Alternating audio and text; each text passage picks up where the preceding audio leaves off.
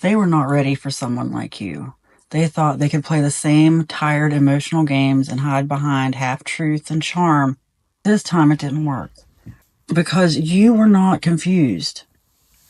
You were claircognizant. You saw the truth in their eyes before they even spoke. You saw through them.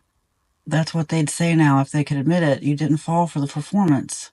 You felt the gaps between their words. You sensed their dissonance. And instead of ignoring that, you trusted it. Because while they were still operating from a wounded, immature space, you had already evolved. You chose healing over ego, and it shows. You've learned the power of acceptance. Not the kind that tolerates mistreatment, but the kind that says, I can still love you and let you go. I can wish you well and walk away. That's the high road. And the high road is not lonely, it's protected. You've shifted into a new vibration now. Survival energy no longer runs the show for you.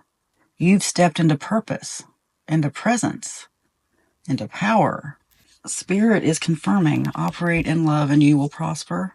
Not because you're perfect, but because you have chosen to love without losing yourself.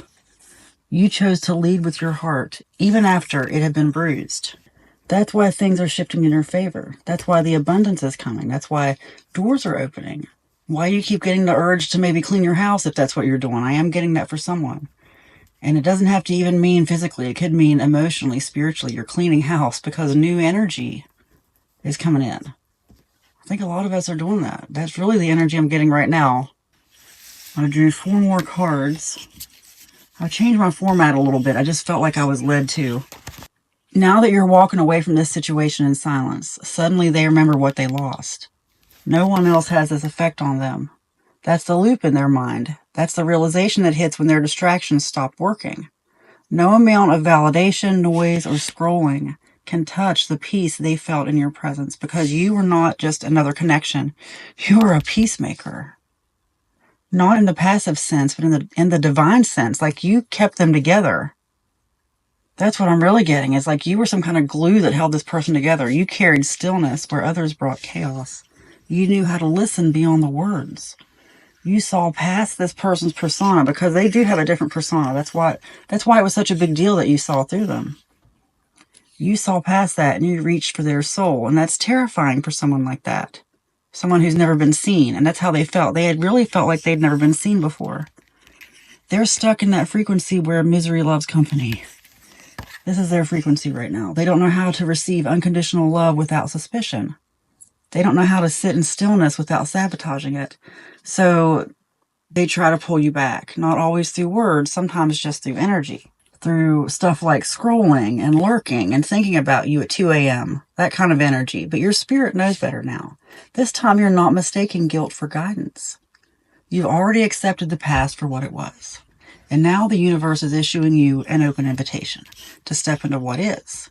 No guilt, no shame, no false sense of responsibility for someone else's emotional immaturity. This is your permission to stop trying to be the hero in someone else's healing story. They can't meet you where you're going until they stop anchoring themselves to their pain. You bring peace to this person's life, but you're not obligated to pour it into people who keep choosing war. They're not choosing peace. They keep bringing chaos into their life. So you gotta sometimes, this is one of those situations where you gotta let a person feel your absence and learn through contrast. Let them discover in their own time what they fumbled. Because your invitation is not for the past to return. It's for your soul to rise. This time I am going to shuffle on camera. What else? Oh, held back for reasons beyond my control. You are an important lesson for me. Held back for reasons beyond my control. This is what they would say now, maybe even with tears in their eyes. And it might even be true because some people aren't just avoiding you, they're avoiding themselves. They were not ready for what you represented. They weren't ready to be mirrored by somebody who could see through their fear and still choose to love them anyway. You made them face the patterns that kept them bound because this connection was never just about romance or chemistry. It was about growth. And that's why Spirit had to intervene, because you're on assignment. And if you had stayed too long in this, you would have started dimming yourself to match their light, to like dim down Their delay, they are behind you.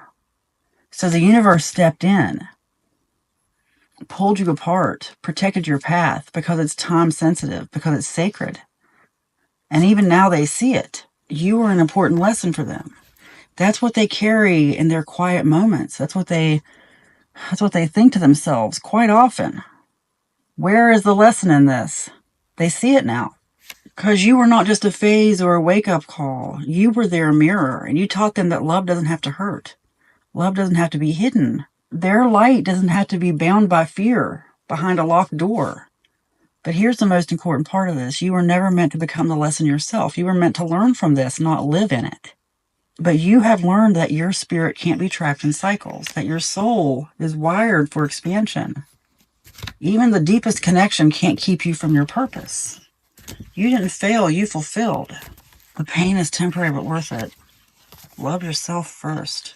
You're being shown that this is eternal, this ache you're feeling, the grief, the silence, wondering what could have been. It's not a sign that you did something wrong. It's a sign that you cared deeply, that you showed up fully, and that you gave your all in a world that often rewards detachment. But now you're learning what real love looks like, and not just from others, but from yourself. And that's the lesson Spirit wants you to carry out of the story. Love yourself first, not in a cliche way, like bubble bath and crystals type of thing, but in the sacred boundary kind of way. Like, I know what I bring to the table. I'm not begging and you're not begging anyone to sit at your table.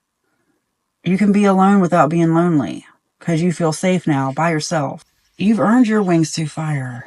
You've risen with tears on your face and power in your posture, and this pain won't define you, it will refine you.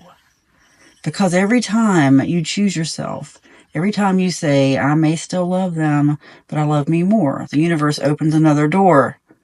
I didn't mean to run. But this time you are met and honored, where you're not just asking, is it real? Because it is real. So let it hurt for a moment, let it pass through you, but don't let it convince you to stay small. This chapter was meant to shape you, but not break you. From here, only real love, only true peace, only divine alignment for you.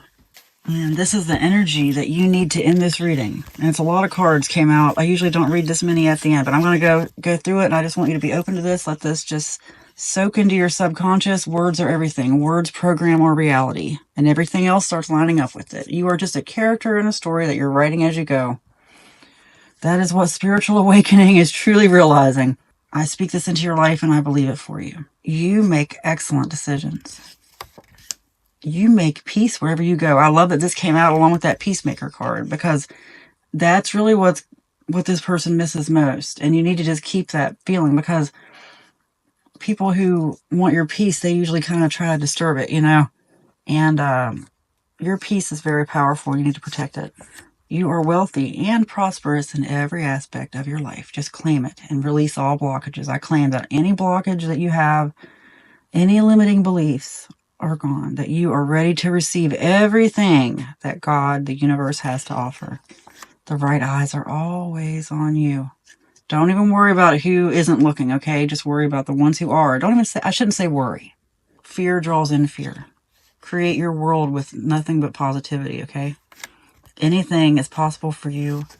Anything stolen from you will be restored to you 1,000 times over.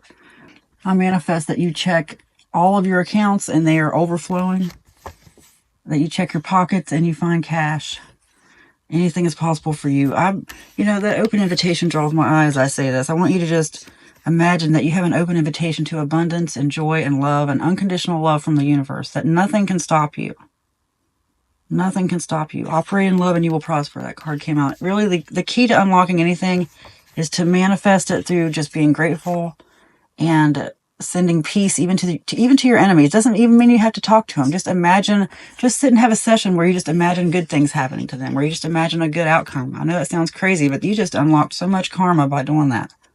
Anything is possible for you. Don't limit yourself. Limiting beliefs, fear, it's gone now. I manifest that it's gone. The right eyes are always on you, and anything is possible for you. It is spoken, it is written, and so it is. Amen.